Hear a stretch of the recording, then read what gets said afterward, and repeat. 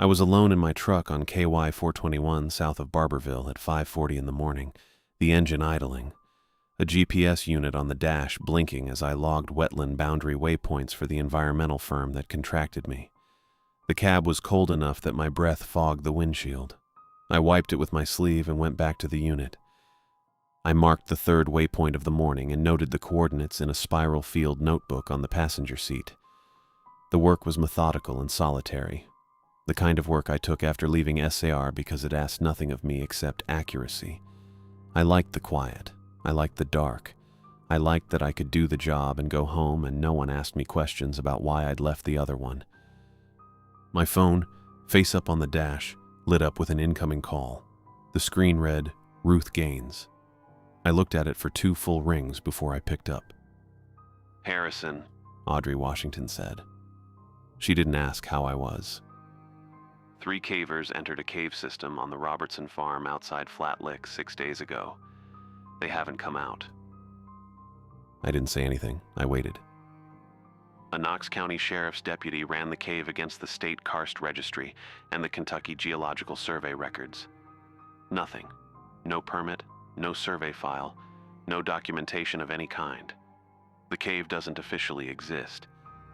I wrote the word Robertson in the margin of the field notebook. "The landowner, Benny Robertson, reported them to the county after waiting 2 days past the group's stated return time. Knox County has no trained cave rescue personnel. The nearest KSP cave rescue unit is in Lexington and hasn't been formally requested yet." I capped my pen. "I'm not SAR anymore," I said.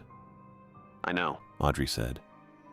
Then she told me the lead caver's name was Joshua Garza and that he still carried my name and phone number on an index card in his wallet as his emergency contact. I didn't respond to that. The windshield was fogging again and I didn't wipe it. I looked at the notebook in my lap and at the 3 waypoints I'd marked and at the 10 more I was supposed to log before noon. "I'll drive to the property and look at the entrance," I said. "That's all I'm saying." I ended the call. I set the phone down, capped the field notebook, and pulled a U-turn on KY 421. I hadn't spoken to Joshua in 3 years. The last time we spoke, it ended with him telling me he could run his own life. I didn't argue with him then, and I wasn't planning to argue with him now. But Audrey had called me, and Joshua's name was still on that card in his wallet, and I didn't know what that meant except that I was driving east toward Flat Lick with the GPS unit still blinking on the dash with the morning's unfinished waypoints. I turned off KY 718 onto a gravel county road that barely had room for 1 vehicle, and drove until the trees opened up on a derelict tobacco farm. A collapsed barn sat to the left of the drive. The roof caved in and the walls splayed out like a broken ribcage. The farmhouse was set back from the road, the windows boarded over with plywood that had gone gray from weather. The pasture beyond it hadn't been worked in years. Cedar scrub had taken the fence lines, and the grass was tall enough to hide whatever was underneath it. Nothing about it looked like a place with a cave entrance. I parked and got out. The light was going fast now, the sky purple-gray above the tree line. I walked into the pasture with my headlamp in my hand, not turned on yet, and found what I was looking for in the center of the field. The sinkhole was about 30 feet across, ringed with rebar stakes driven into the ground at intervals and strung with orange perimeter rope. The rope was new, bright orange, not faded or frayed, and it was the kind cavers used for marking. 3 sets of boot tracks led to the lip of the depression and stopped. They didn't come back. I looked at the tracks and then at the sinkhole and felt the weight of the call I'd gotten that morning settle in my chest like a stone. A voice called out from behind me, "You Garza's brother?" I turned. A man in his late 60s was standing at the fence line, maybe 50 feet back from where I stood. He was wearing work clothes, canvas pants, a flannel shirt, and his hands were at his sides. He wasn't moving toward me. He was waiting for me to come to him. I walked back to the fence.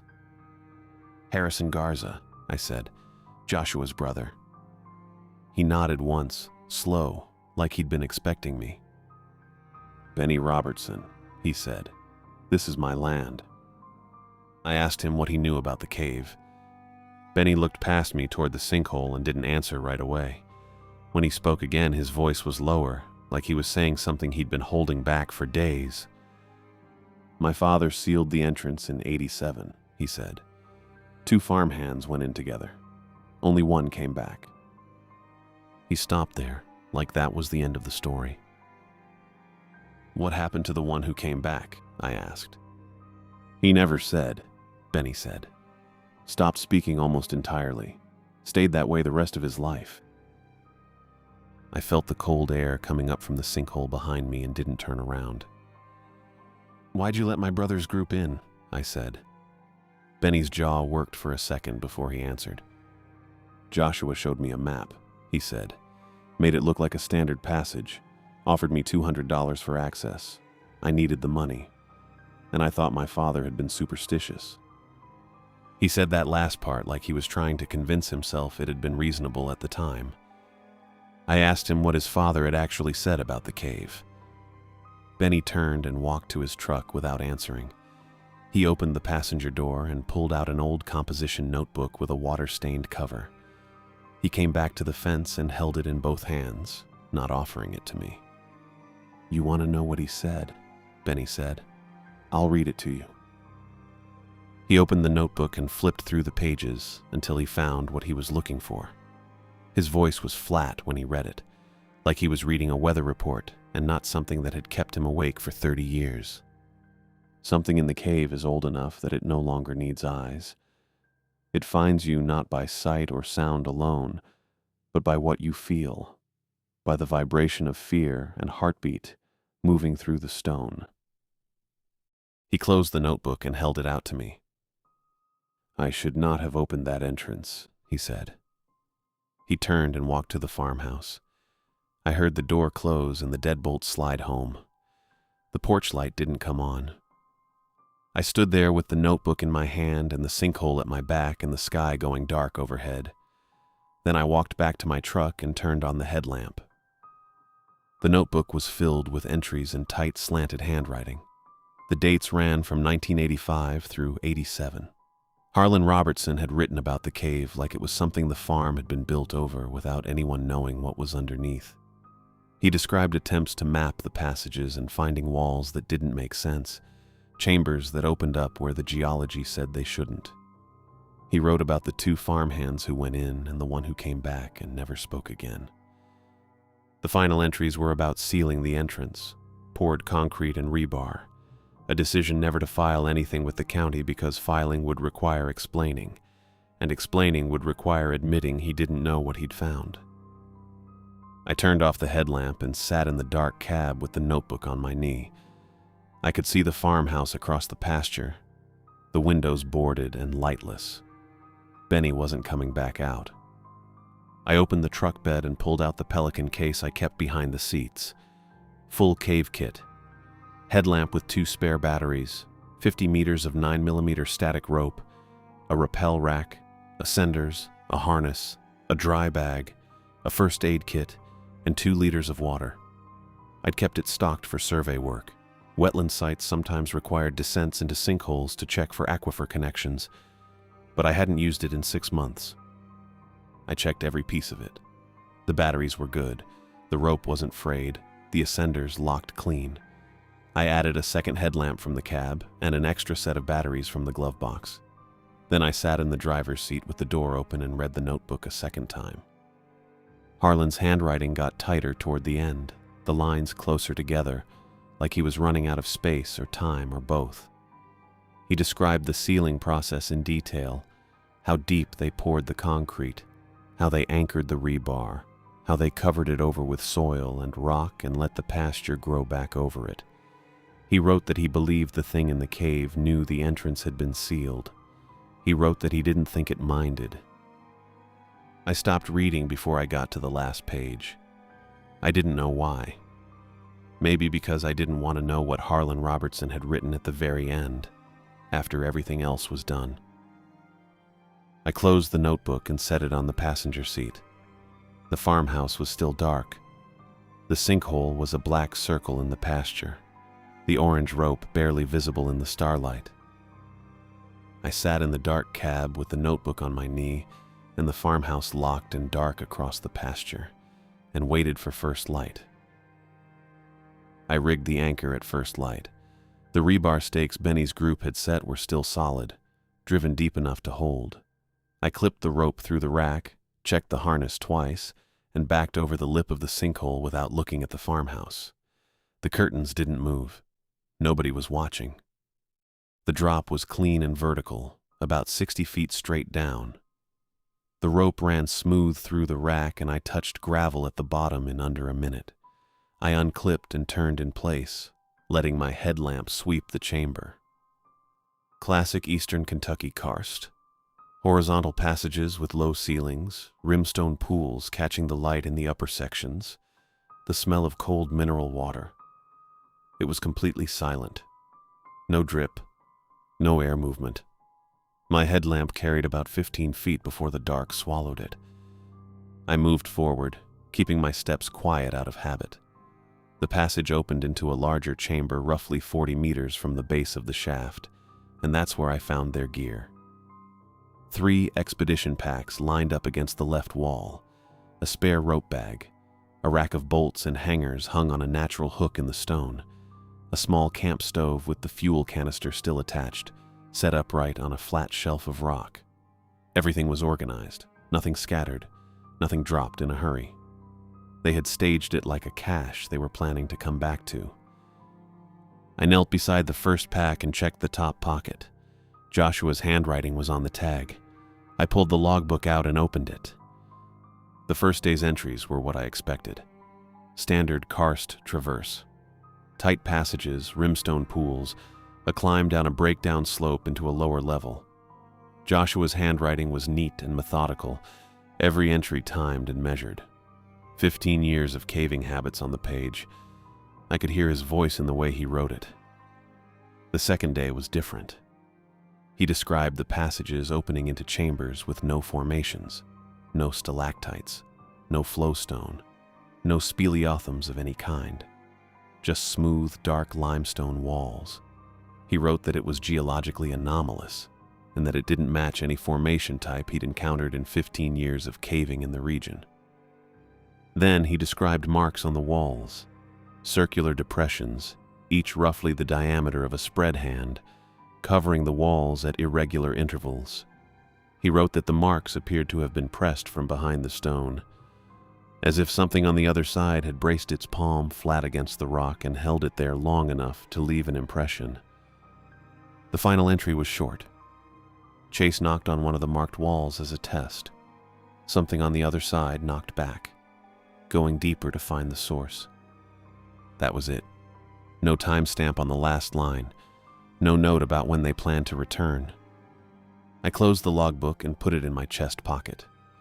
Then I shouldered my pack and picked up the survey tape Joshua's group had left as a trail line.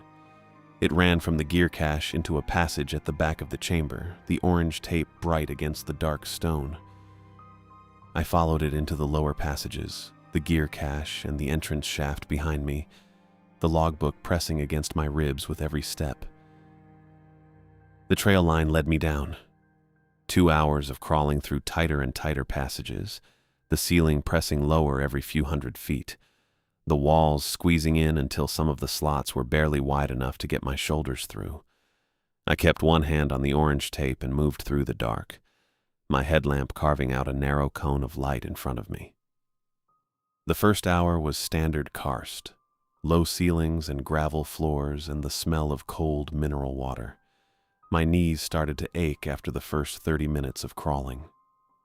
After an hour, I had to lie flat and pull myself through a slot that couldn't have been more than 18 inches high, the stone pressing down on my back and my chest scraping the floor. I thought about Joshua coming through here 6 days ago, thought about him pulling himself through this same slot with his pack and his gear, and I kept moving. The cold got worse the deeper I went. I could feel it through my gloves, through the knees of my work pants, through the thermal layer under my jacket. The kind of cold that doesn't just sit on your skin but works its way in, settling into your joints and your lungs. I switched to my second headlamp when the first one started to dim, the battery draining faster than it should have in the cold. I pocketed the first lamp to let it recover and kept going. The trail line ran ahead of me through passage after passage, always leading down. Then the cave changed. The karst formations stopped. No more rimstone pools, no flowstone, no stalactites hanging from the ceiling. Just smooth, dark walls that didn't look like the rest of the cave. The color was different, darker, almost black in places, and the surface looked compressed instead of dissolved, like something had pressed the stone flat over a very long time. It looked older than everything above it. I stopped at the threshold and ran my hand along the wall. The stone was cold and smooth under my palm. I thought about Joshua's logbook, about the line that said the formation didn't match anything he'd seen in 15 years of caving in the region. He was right. This wasn't karst. I didn't know what it was. The trail line led me into the first of the smooth-walled chambers. My headlamp swept across the walls and I saw the depressions Joshua had written about. Circular marks, each one the size of a spread hand, covering the walls at irregular intervals. Some near the floor, some near the ceiling, some in between. No pattern to the placement, just scattered across every surface like something had moved through the room without caring which way was up or down. I counted 43 depressions in the first chamber alone. The second chamber had more. The third had even more than that. They covered every wall, every surface, clustered thick in some places and sparse in others. I stopped in the middle of the third chamber and just stood there, turning slowly, letting my headlamp trace across the walls. Hundreds of them, maybe more. I walked to the nearest wall and found a depression at shoulder height.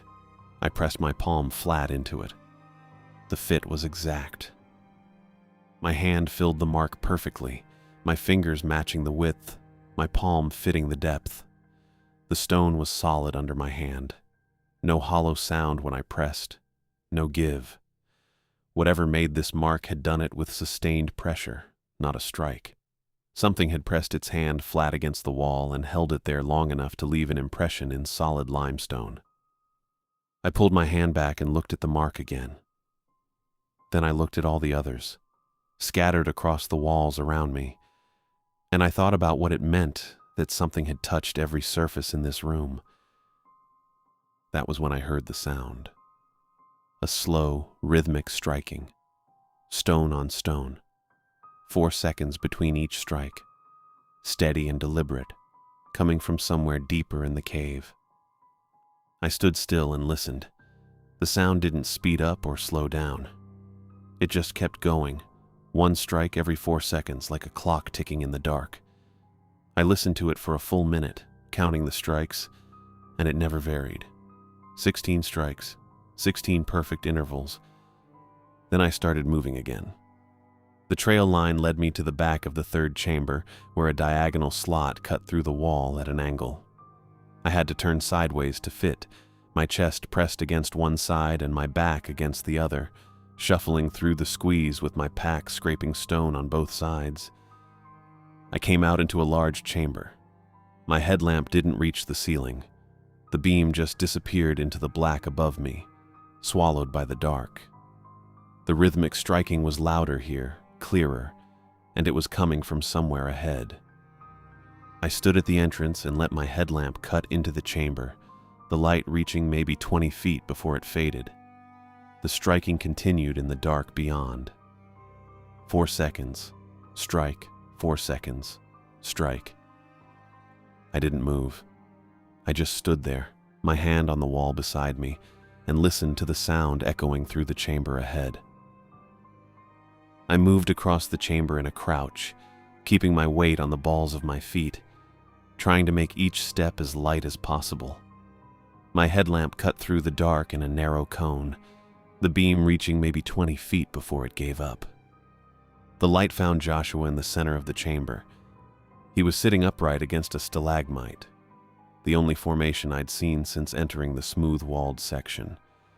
His wrists were zip-tied in front of him with what looked like one of his own gear ties. His eyes were open. He was looking right at me. He didn't look relieved. His face was locked down, controlled, like he was holding something back by force of will. "Do not make a sound," he whispered. "It is in the chamber with us." I stopped moving.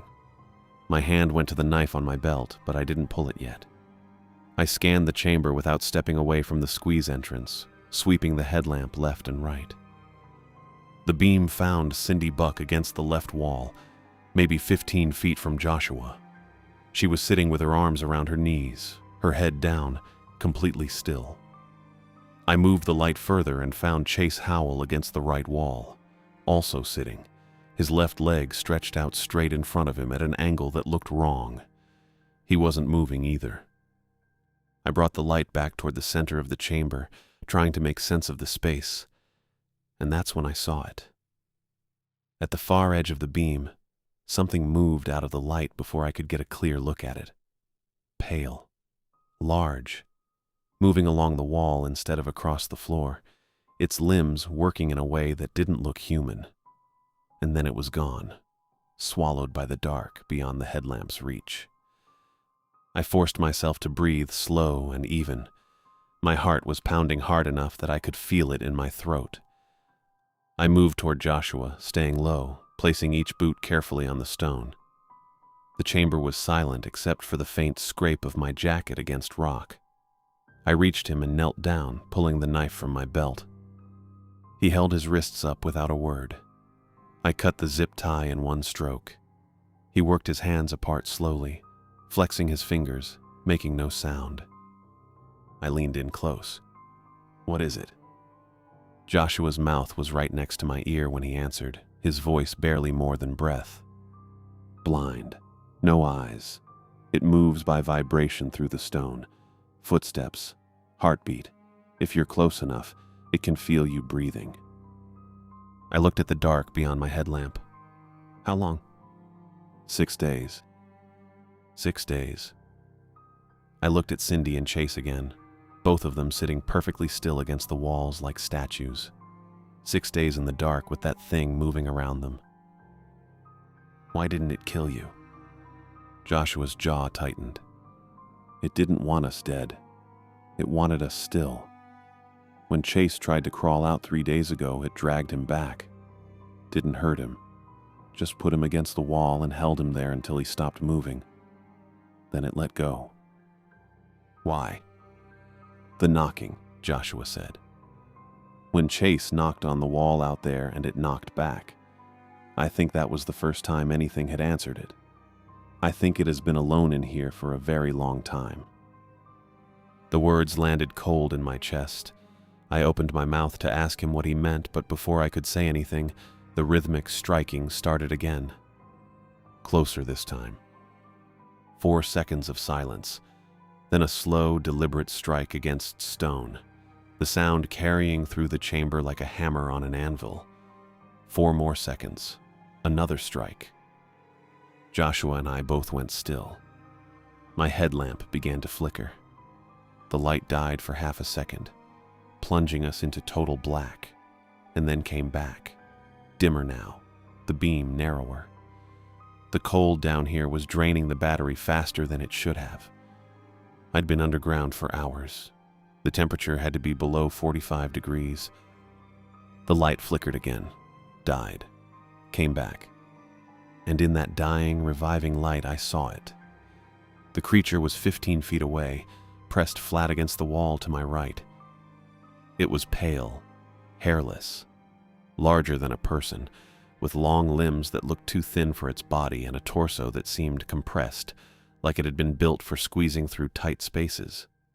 Its fingers were spread wide against the stone, each one as long as my forearm.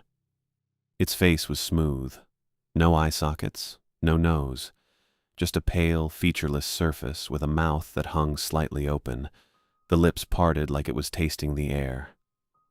Its head was angled toward us. The light flickered again, and for a moment the creature disappeared into the black. When the beam came back, it was still there, motionless, its spread hands flat against the wall. The rhythmic striking stopped. Joshua and I didn't move. We barely breathed. The chamber was silent except for the faint hum of my failing headlamp and the slow, even sound of the creature breathing through its open mouth.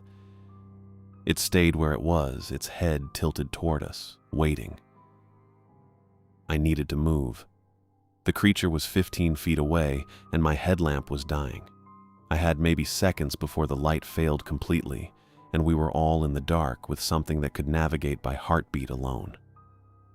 I bent down and grabbed a piece of breakdown rock from the chamber floor. The stone was smooth, fist-sized, cold against my palm. I tapped it twice against the wall beside me. The sound carried clean through the chamber, sharp, deliberate. The creature's head turned away from Joshua and toward me. I knocked 3 more times, slower, letting each one hang in the air. The creature moved, not fast, not aggressive, but deliberate, its head tilting as it tracked the sound, its long fingers sliding across the stone as it came closer. I held up 2 fingers and pointed at the squeeze behind us. Joshua saw it. He moved. He got to Cindy first, touching her shoulder once. She rose without a sound. 6 days of sitting still had taught her exactly how to move. She crossed the chamber floor like water, her boots barely touching stone. Chase was harder. Joshua knelt beside him and got a hand under his arm. Chase's left leg wouldn't bend. It stayed locked, the knee rigid from sitting in one position too long. Joshua got Chase's arm over his shoulder and lifted. Chase bit down on whatever sound wanted to come out and didn't make one. I kept the creature's attention. I knocked on the wall to my left, 3 times. The creature turned and moved toward the new sound, its spread hands reading the surface as it arrived. I knocked on the floor, twice. It lowered its head, tracking downward. I knocked above my head, reaching high, and it followed the sound upward again, moving with the same unhurried patience. It wasn't hunting, it was listening. Cindy reached the squeeze and slipped through without hesitation. Joshua was at the slot now, feeding Chase through sideways. Chase's bad leg made it slow. He had to twist to get his hips through the narrow opening, and the locked knee caught once on the stone lip. He didn't make a sound. I backed toward the squeeze, still knocking. Left wall, floor, right wall. The creature followed each sound, reorienting, its head angled toward me as I moved. It closed the distance to 2 feet and stopped. I could hear it breathing, slow, even, through the parted mouth.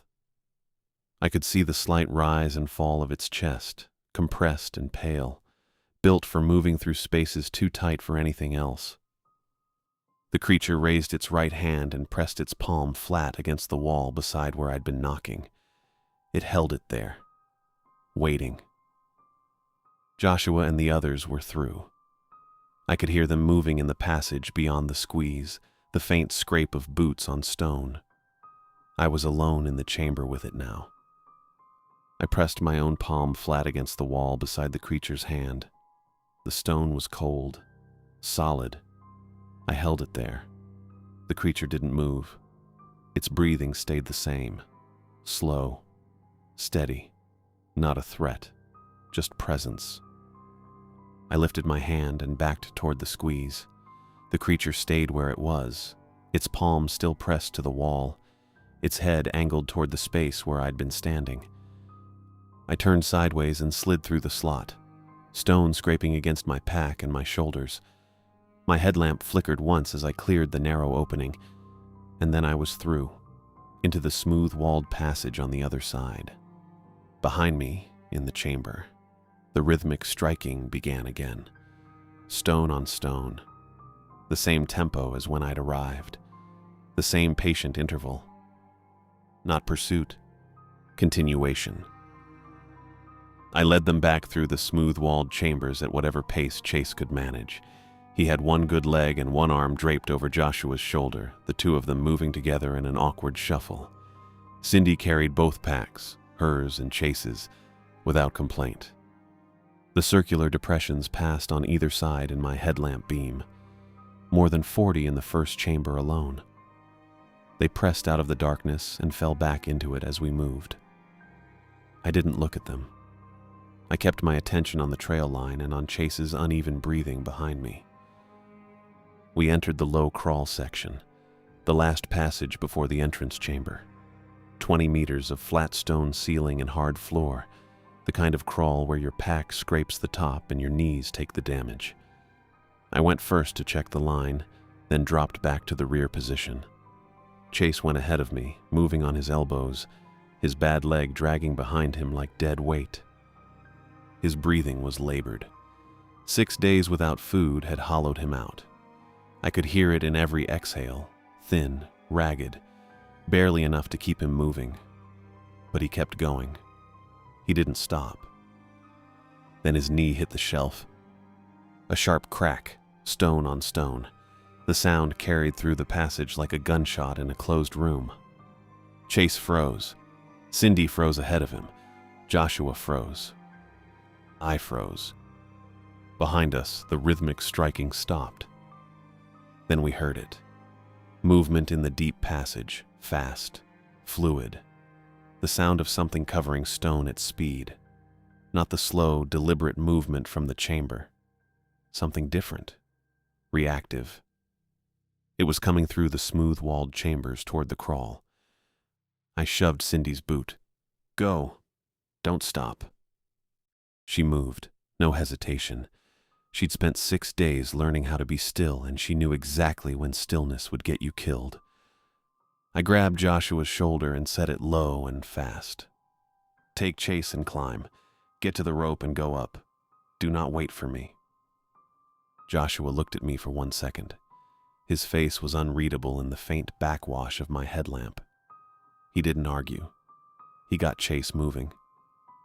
I turned and braced in the crawl passage with my back against the upper wall and my boots against the lower, blocking the slot. The stone was cold through my jacket. I pressed harder and felt the vibration of the creature's movement through the rock under my palms. It was moving fast through the smooth-walled chambers, covering distance, coming for the source of the sound. I spread my weight across the walls and waited. The vibration stopped. The creature was at the constriction, 4 feet below my boots. I could hear it breathing, the same slow, even breath from the chamber, unchanged even at speed, in and out, patient, deliberate. I felt it press against the narrowing. The passage was too tight for its size. The stone held. It couldn't get through. I counted the seconds by its breath. 1, 2, 3. I got to 30 before the vibration shifted. Then it retreated. Back toward the smooth-walled chambers. Back toward the deep passage. The vibration diminished under my hands until I couldn't feel it in the stone anymore. I climbed out of the crawl and moved to the entrance chamber. My hands were shaking. I clipped my ascenders to the rope and started up the 60-foot shaft. 1 pull. Another. The ascenders bit into the rope and held. My arms burned. I kept climbing. I came out of the sinkhole into thin morning light. Cold air hit my face. The sky was pale gray, the kind of gray that comes just after dawn. I sat on the lip of the sinkhole for a moment before I could stand. My arms were shaking. The rope still hung into the dark below me. Joshua was at the top. He grabbed my arm when I cleared the lip and didn't let go. We stood there at the edge of the pasture, cold morning light washing everything flat and gray, and neither of us said anything. 3 years of silence sat between us like a third person, but neither of us acknowledged it. Cindy was sitting on the ground 10 feet away, her back against a cedar post, eyes closed. She hadn't spoken since we came out. Chase was on his back in the grass, his left leg straight out in front of him. He was conscious, but he looked like someone who'd been underground for 6 days without food. He couldn't stand without help. I let go of Joshua's arm and pulled out my phone. It took 2 rings. "Audrey." "We're out," I said. "All 3 alive. 1 needs immediate medical attention." There was a pause. Then, "I'm listening." I gave her the farm address on KY 718. She said she'd be there in 40 minutes and hung up before I could say anything else. The farmhouse door opened. Benny Robertson came out onto the porch, still wearing the same work clothes from the night before. He looked at the four of us, then at the sinkhole, and didn't ask questions. I walked over to the fence line. "The entrance needs to be sealed permanently, properly today," I said. Benny nodded. He didn't argue. He didn't say anything about the $200 Joshua had paid him, or his father's notebook, or the fact that he'd opened something that should have stayed closed. He just nodded and went back inside. Joshua and I sat on the tailgate of my truck and waited. The sun was up now, but it wasn't warm yet. The pasture was quiet except for the wind moving through the cedar scrub along the fence line. Joshua didn't look at me when he spoke. "Why did you block me from joining the SAR team?" he said. "That's what started all of this between us. I want to know the actual reason." I looked at the sinkhole. The rope was still hanging into it, disappearing into the dark. "There was a colleague," I said, 2 years ago. Limestone cave dive in Pulaski County. He drowned." Joshua waited. "He made an error," I said, "in the approach. I saw it developing and I didn't stop it. I let it happen." The wind picked up.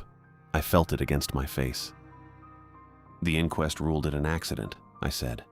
"I didn't correct that finding." Joshua turned his head slightly but still didn't look at me. "I've known for 2 years that I bear part of that death," I said. "I blocked you from SR because I didn't trust myself to keep you safe. And I didn't know how to say that without saying everything else." Joshua was quiet for a long time. When he finally spoke, his voice was flat. "You could have just told me that." He didn't say anything more. We sat there until we heard the sound of a truck coming up the gravel drive. Audrey's Ford pulled into the pasture and stopped near the sinkhole. She got out with a first responder kit and walked straight to Chase without saying anything to me. She knelt beside him and opened the kit. I watched her check his pulse, look at his eyes, ask him questions I couldn't hear. Chase answered in a low voice. Audrey pulled out her phone and made a call. "This is Audrey Washington. I need an ambulance at the Robertson Farm, County Road off KY 718, east of Flat Lick. One patient, male, mid-30s, severe dehydration, malnourishment, possible joint injury. No, he's conscious. 40 minutes. She hung up and moved to Cindy. She took Cindy's vitals, gave her a bottle of water, and wrapped an emergency blanket around her shoulders. Cindy took the water but didn't open her eyes. Audrey came over to me. She looked at the sinkhole, then at me. "What's in there?" she said. "Something that stays in there," I said. She looked at me for a moment, then nodded. She didn't ask again. The ambulance took longer than 40 minutes.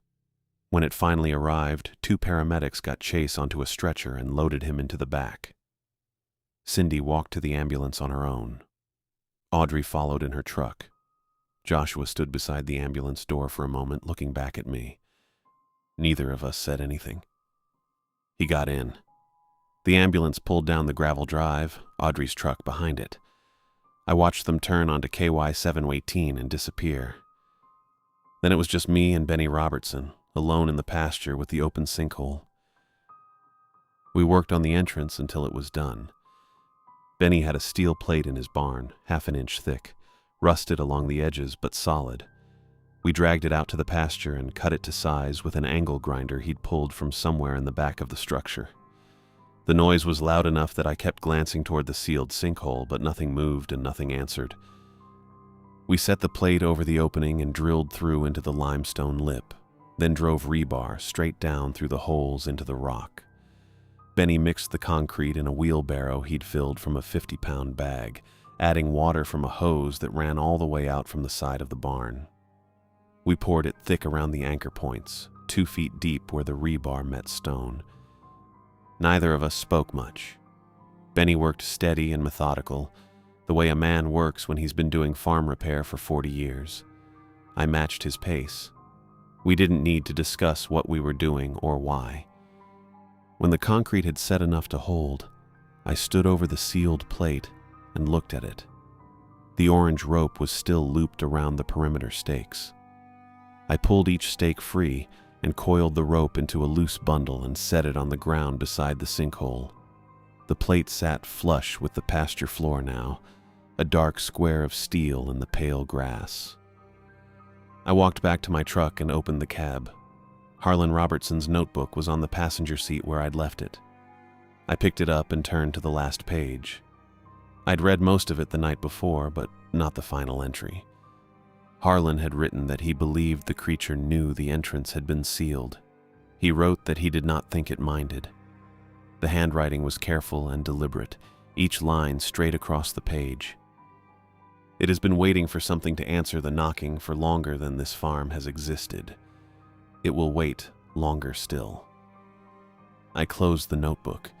The binding was cracked and the pages were brittle along the edges.